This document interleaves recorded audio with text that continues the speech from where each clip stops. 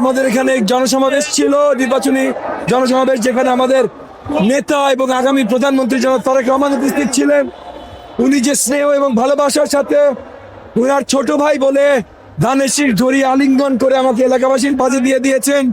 তারপর প্রথম থেকে আমরা স্বতঃস্ফূর্ত সারা পাচ্ছিলাম পুরো এলাকাবাসীর, তারপর থেকে সব দেওয়ার ভেঙে আমরা ভালোবাসা পাচ্ছি।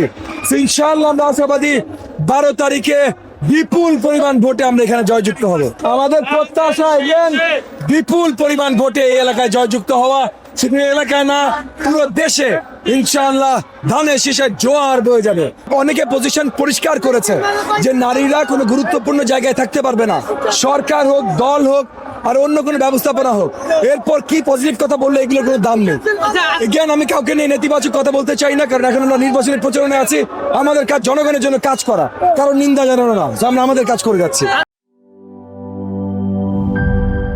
মিল্ক ক্রিম আর এক্সাইটিং ফ্রুট ফ্লেভারে তৈরি হুররে ওয়েফারের মাঞ্চি টেস্টে আপনিও বলবেন টেনশন দূর রে, হয়ে যাক হুররে।